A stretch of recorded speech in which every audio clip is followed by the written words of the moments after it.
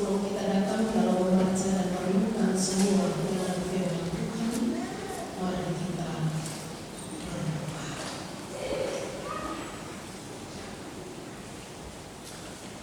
Saat dimana kami boleh bersekutu kembali selaku jemaat Tuhan untuk membuka Alkitab dan hendak membaca bahkan merenungkan kebenaran firman ini, kami bersyukur karena Engkau melawat kami dengan segala apa yang menjadi bahagian hidup kami yang penuh syukur dan sukacita dalam merayakan minggu sengsara-Mu yang pertama ini. Adapun setiap hati dan kehidupan kami ini, biarlah Engkau goreskan setiap perkataan-Mu itu, supaya tertulis pada setiap loh-loh hati kami, karena kerinduan kami begitu besar untuk menerima apa yang Engkau maksudkan dan inginkan, supaya kerinduan kami bersama-Mu tidak akan sirna sebagai pengikut-Mu. Bapa di surga, ketika kami diperkenankan untuk ada bersama-sama, kami tahu bahwa ada satu oknum yang senantiasa mencari kesempatan di tengah-tengah kami boleh ada untuk diberdayakan oleh firman-Mu. Maka lewat kuasa Roh yang kudus, biarlah urapan itu terjadi menyeluruh bagi seluruh kehidupan kami selaku pribadi, tetapi juga selaku jemaat-Mu. Karena kami yakin bahwa Engkau yang akan berkarya untuk kami sekalian. Ketika setiap link apapun yang boleh ada dalam pihak Allah, maka kami tak akan dicerai-beraikan oleh si jahat dalam menjemput setiap benih-benih firman-Mu yang hendak Engkau sampaikan dan katakan bagi kami sekalian. Bahkan hamba-Mu yang saat ini masih dalam kondisi pemulihan, Engkau juga memberkati setiap kehidupan yang hamba bawa dalam aras kemuliaan-Mu untuk terpakai dalam menyampaikan firman-Mu di hari ini. Mari ya Allah, kami telah sedia untuk Engkau berkarya atas firman-Mu yang akan memenangkan setiap kehidupan kami. Dalam nama Yesus Kristus yang sungguh adalah firman yang menghidupkan kami. Amin.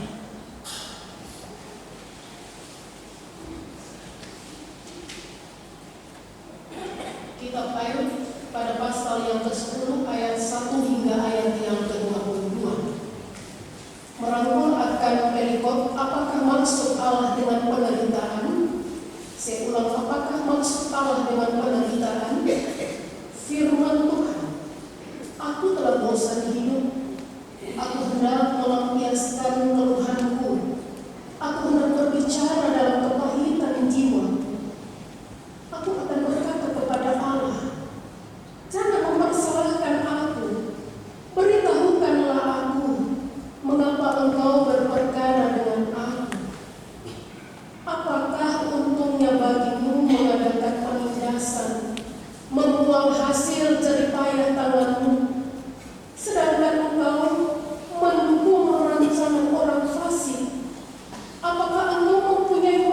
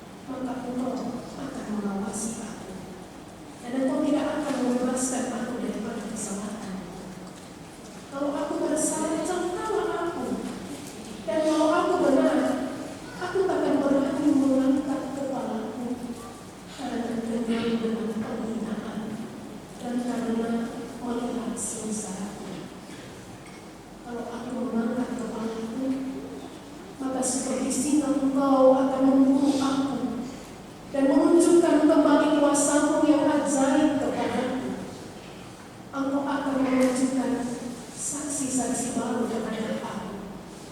Engkau memperbesar kegeraman-Mu terhadap aku dan pasukan-pasukan baru bahkan malah tentara melawan aku.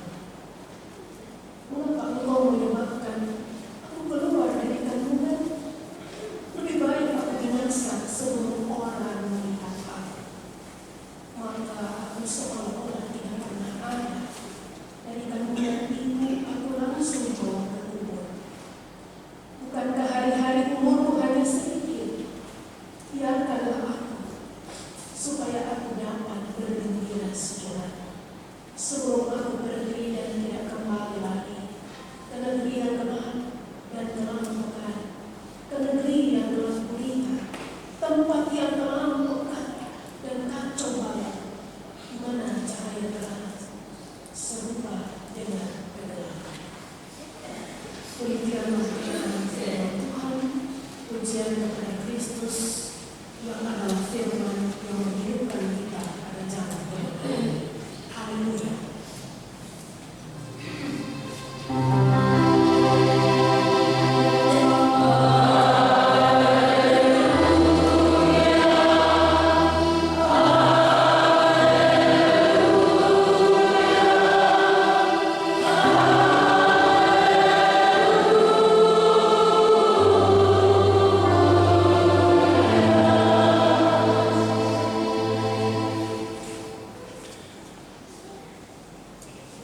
Shalom. Ada sukacita untuk kita hari ini? Amin. Sungguh luar biasa tuntunan Tuhan melawat kita di tahun 2024. Sehingga pada hari ke-11 bulan Februari kita kembali dapat untuk merenungkan daripada makna kesengsaraan dan penderitaan Yesus Kristus bersama dengan kebenaran firman Tuhan. Yang mana tadi saya baca untuk Bapak Ibu Saudara jemaat untuk kita boleh merenungkan daripada ayat-ayat tersebut. Dan topik yang diberikan bagi kita adalah pemberdayaan Tuhan di dalam penderitaan Ayub. Pemberdayaan Tuhan di dalam penderitaan Ayub. Bapak Ibu Saudara, kalau berbicara tentang penderitaan, tentu semua orang telah mengalaminya, baik itu dia laki-laki kah maupun perempuan, tua muda, bahkan anak-anak sekalipun pasti mengalami penderitaan. Nah, setiap orang ataupun keluarga memang pernah mengalami suatu tragedi kehidupannya dengan berbagai masing-masing yang dengan dia alami dengan waktu ataupun kondisi. Mungkin misalnya saja peristiwa kematian kah, sakit kah, krisis uang, penyakit, atau lain sebagainya. Nah, dalam memasuki untuk minggu sengsara yang pertama, maka melalui amalan GKI di Tanah Papua, salah satu kitab yang sangat menarik perhatian bagi kita untuk dibahas adalah kitab Ayub. Nah, kisah Ayub ini memang masih tetap menjadi suatu bahan pembicaraan ketika seseorang menghadapi penderitaan. Bagaimana kehidupan daripada Ayub itu dengan dia punya penderitaan demi penderitaan.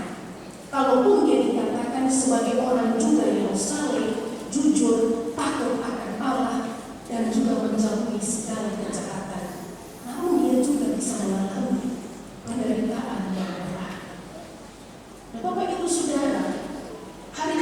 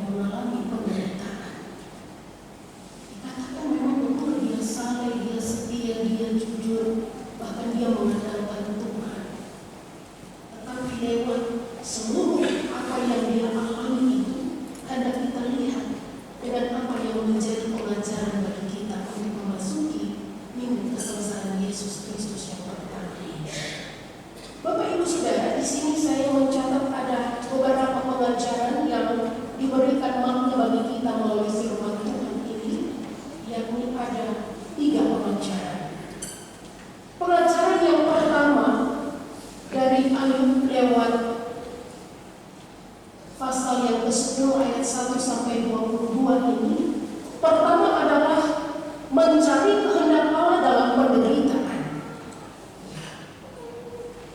Karena benar di dalam ayat 10 ayat 1 sampai ayat yang ke-22, Ayub yang menyatakan suatu kepahitan jiwanya kepada Tuhan. Dan di sini Ayub terus mencurahkan kepahitan hatinya dan perasaannya itu kepada Allah, karena dia merasa diperlakukan tidak adil oleh Allah. Wah, kenapa? Tentu dia yang merasa adil. Tetapi sekalipun Ayub yang merasa bahwa Allah telah menarik kasih-Nya dari dirinya, dia tetap percaya kepada keadilan Allah. Dan dia terus bergumul dengan Allah untuk mencari solusi bagi persoalan yang sangat-sangat pelik dihadapi.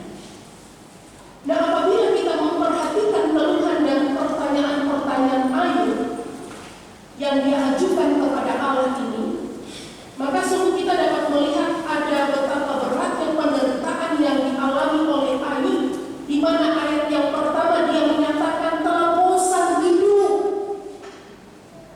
Dia telah bosan hidup. Dan rasanya semua hal dalam kehidupannya itu, dia katakan dia telah dipojokkan untuk tidak lagi melihat hal-hal yang baik di dalam dia punya hidup. Dan dia merasa ada penindasan, dan dia kehilangan segala usaha daripada hidupnya.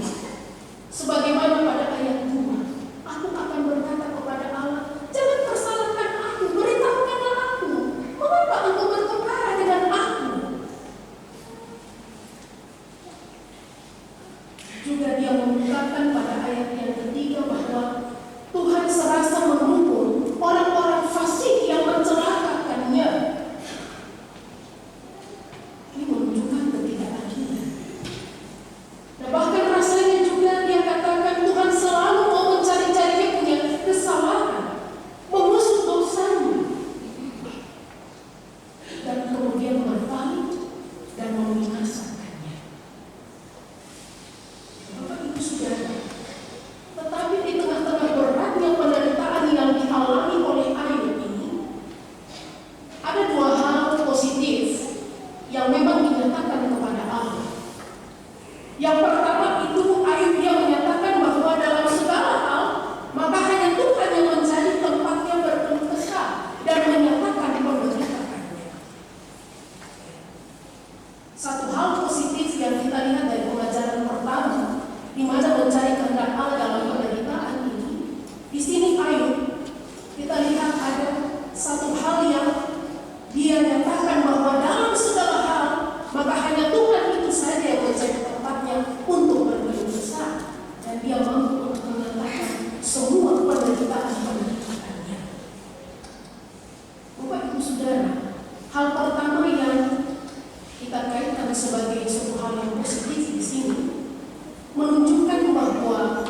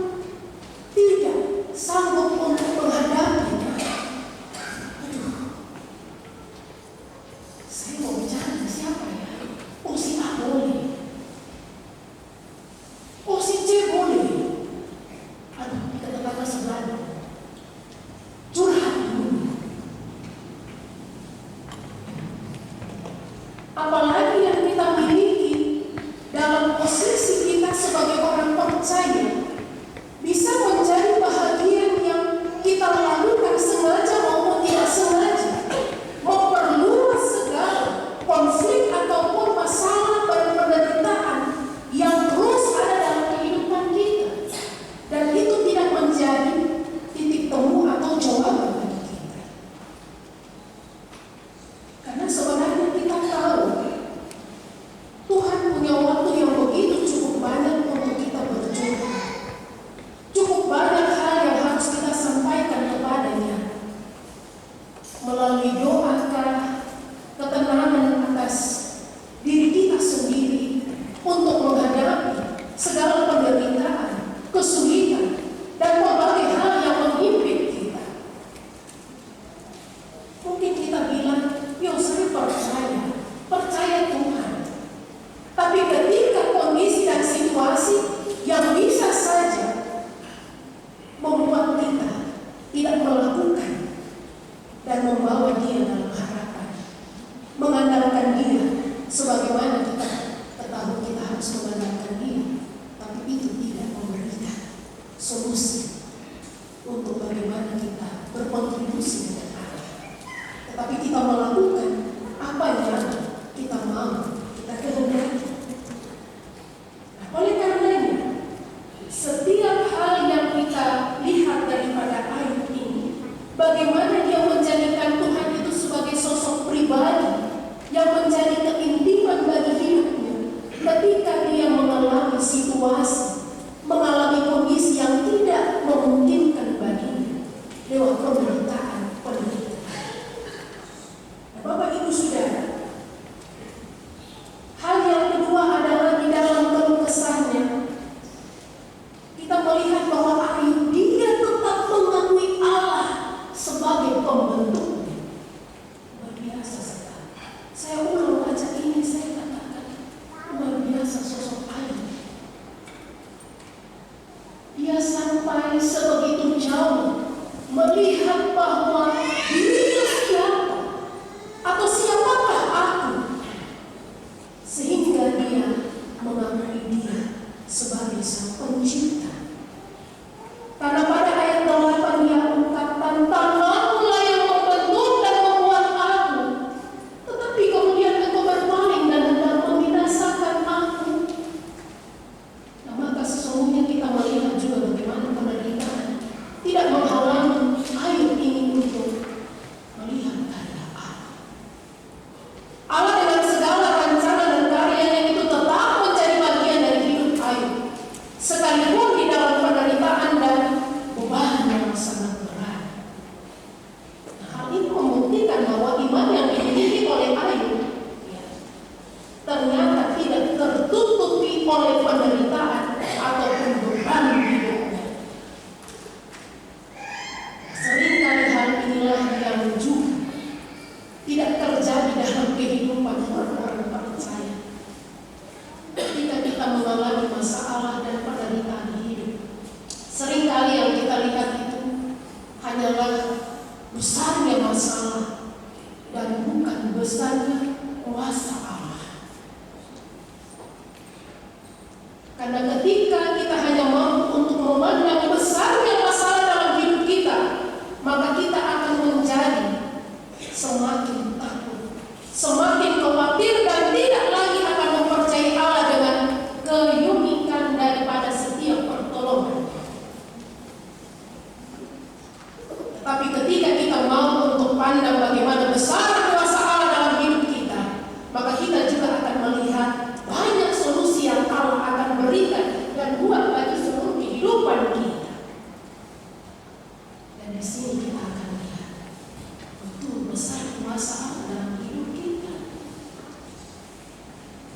Kita bukan lihat sebagaimana yang kita lihat seperti ini, tetapi melihat dengan iman yang sungguh kepada Allah. Maka di situ pertolongannya tidak akan terhenti. Bahkan pertolongan Allah itu melampaui segala permasalahan kehidupan kita. Ini hal yang cukup luar biasa untuk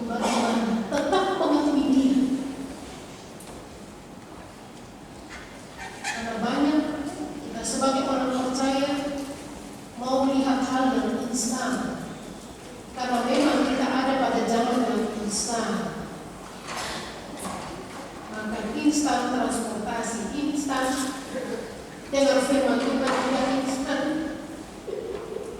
Ya, jadi ini merupakan benang merah bagi kita semua.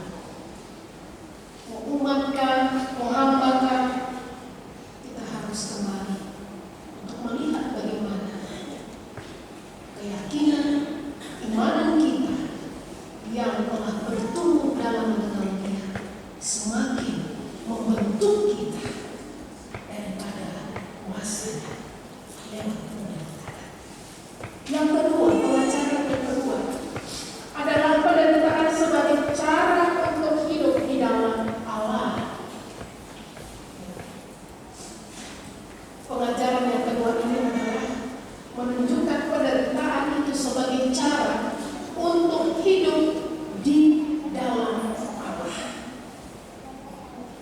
Nah, Bapak Ibu Saudara, firman Tuhan yang kita lihat pada ayat yang kedua ini, Ayub bilang, aku akan berkata kepada Allah, jangan mempersalahkan aku. Beritahukanlah aku mengapa engkau berperkara dengan aku. Nah, firman Tuhan ini memberitahukan kepada kita betapa pentingnya Tuhan di dalam kehidupan Ayub.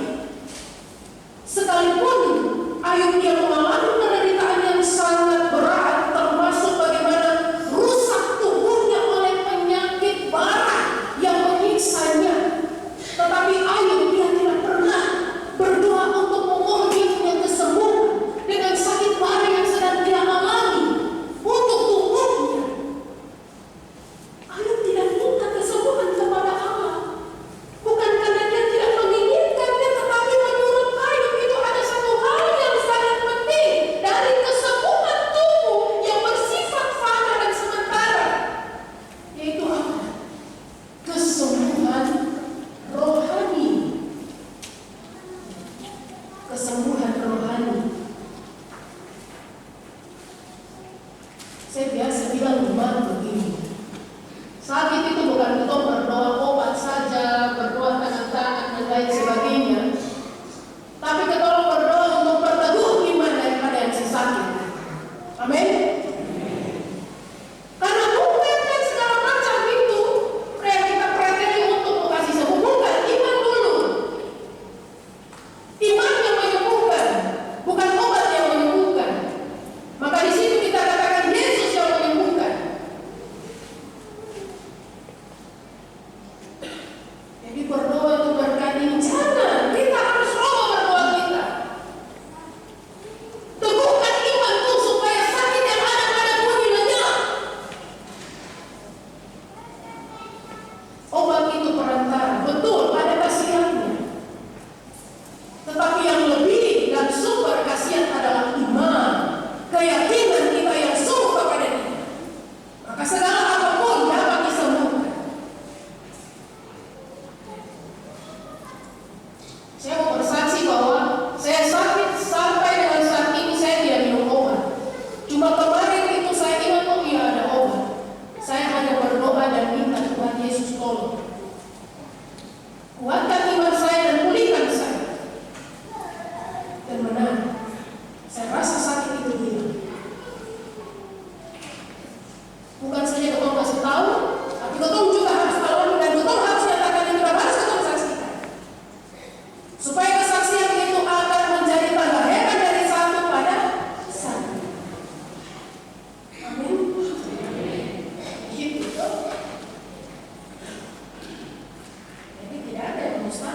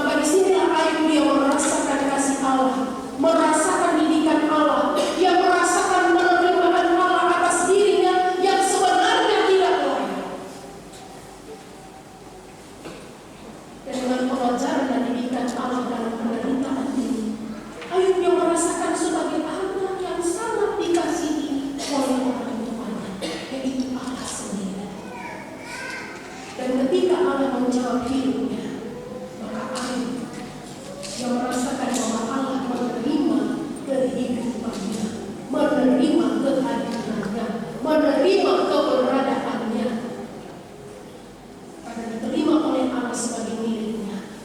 Bahkan di tengah sengsara adalah hal yang sangat paling penting dalam hidup Ayub, melampaui keinginan dirinya untuk mencari sembuh. Bapak Ibu Saudara, apakah kita juga mempunyai suatu keinginan-keinginan rohani yang melampaui segala keinginan duniawi? Kita sama seperti Ayub. Keinginan rohaninya ini menjadi suatu motivasi terbesar untuk bagaimana bisa memahami Allah dengan segala dia punya karya, termasuk dia punya pengajaran, termasuk dia punya didikan, ya. Tetapi dia ingin juga, ya, diterima oleh Allah, ya, karena lewat sikap ketaatan, sikap baiknya ketika dia menghadapi penderitaan dan kesengsaraan hidup. Dia tidak berbuat onar atau berbuat sekehendak hatinya. Pengajaran yang penting Bapak Ibu bagi saya dan orang semua adalah belajarnya hati melalui penderitaan. Belajarnya hati untuk penderitaan. Nah, menarik sekali yang ditulis oleh Ayub mengenai penderitaan yang dialami sebagaimana yang dituliskan pada ayat yang ke-16. Mari kita baca ayat 16 sama-sama. 3. Kalau aku mengangkat kepalaku, maka seperti sinar engkau akan memeluk aku dan menunjukkan kembali kuasa-Mu yang ajaib kepadaku. Luar biasa sekali. Di sini Ayub yang menyadari bahwa penderitaan yang dia alami itu merupakan cara yang terbaik untuk merendahkan hati di hadapan Tuhan, merendahkan hati untuk mengakui betapa tidak sempurnanya diri kita di hadapan Tuhan, merendahkan diri untuk mengakui betapa lemahnya kita di hadapan Tuhan, dan merendahkan diri untuk mengakui betapa terbatasnya kemampuan diri kita untuk mengatasi permasalahan dan mencari solusi atas persoalan hidup kita. Kerendahan hati kita kepada Allah akan membuat kita tidak mampu untuk mengangkat kepala. Ketidakmampuan kita mengangkat kepala bukan berarti kita merasa rendah diri dan hina, tetapi karena sesungguhnya Tuhan sedang membentuk kita untuk mengalami diri sebagai hamba di hadapannya. Kita tidak mampu untuk memiliki karakter hamba di dalam hidup kita apabila kita tidak tunjukkan itu secara tegas. Berbagai ketidakmampuan kita dengan penderitaan, dengan kesengsaraan, dan berbagai himpitan dari kehidupan kita. Pada dasarnya itu Tuhan membentuk Bapak Ibu Saudara dan saya dengan kita mempunyai karakter hamba, karakter penurut, karakter penyabar,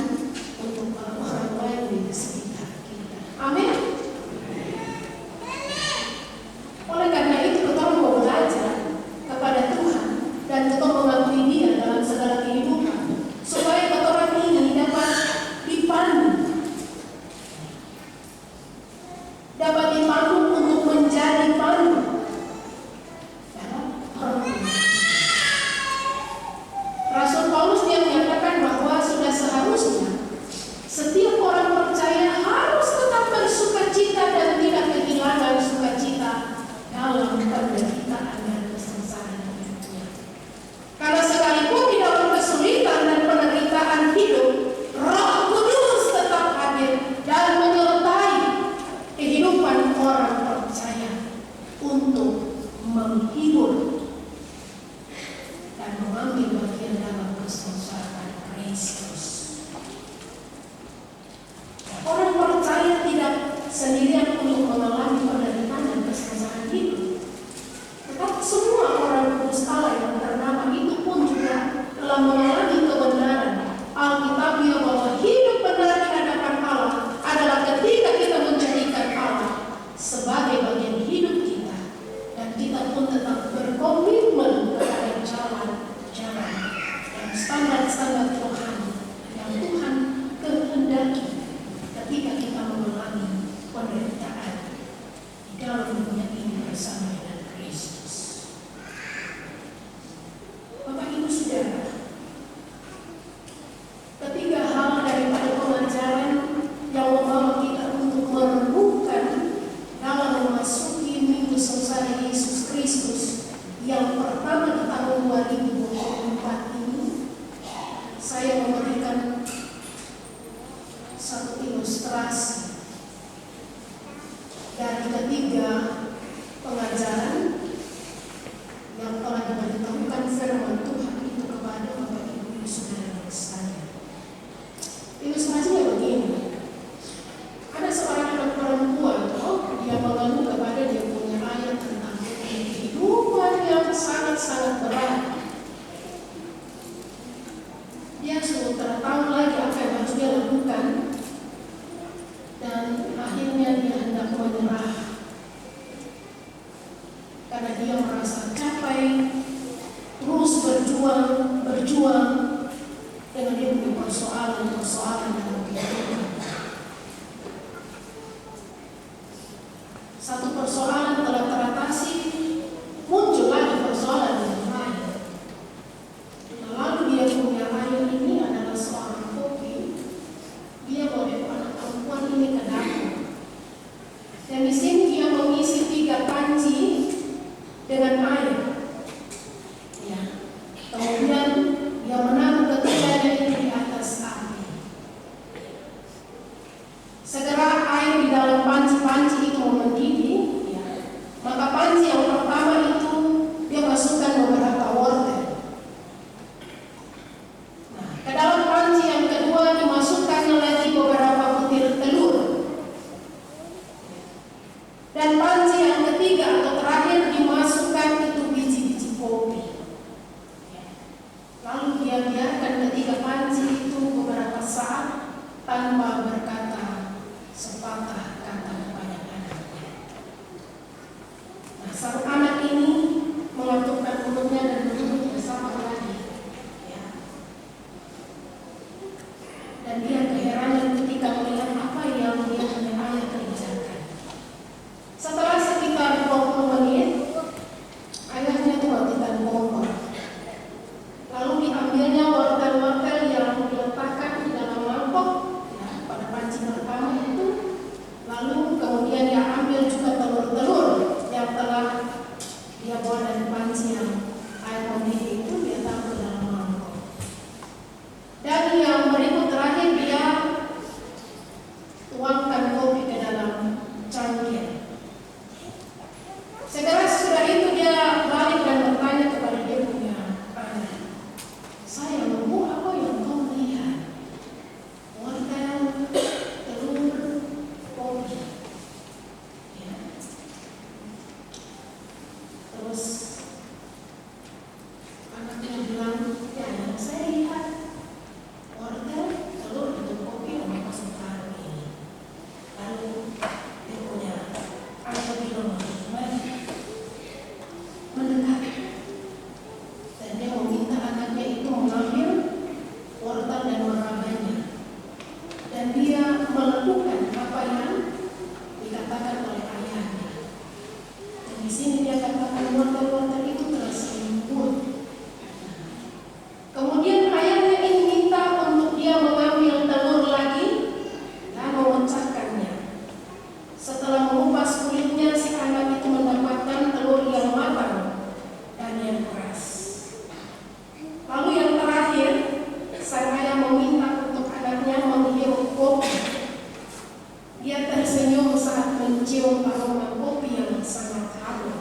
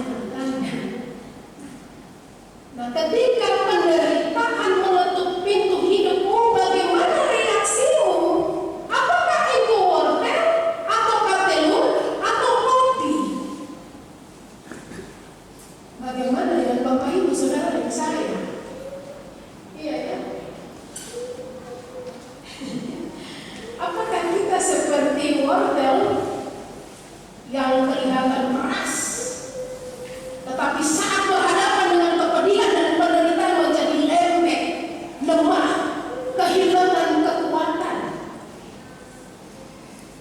Apakah kita seperti telur yang mulanya berhati penuh? Ya. Dan apakah kita lihat yang terjadi dengan jiwa yang lembut setelah terjadi proses yang luar biasa, mengalami hal yang keras, kepala batu, juga melawan.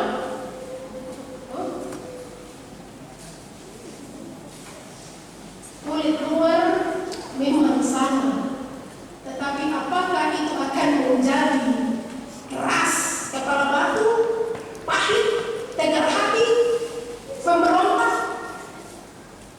atau apakah seperti biji kopi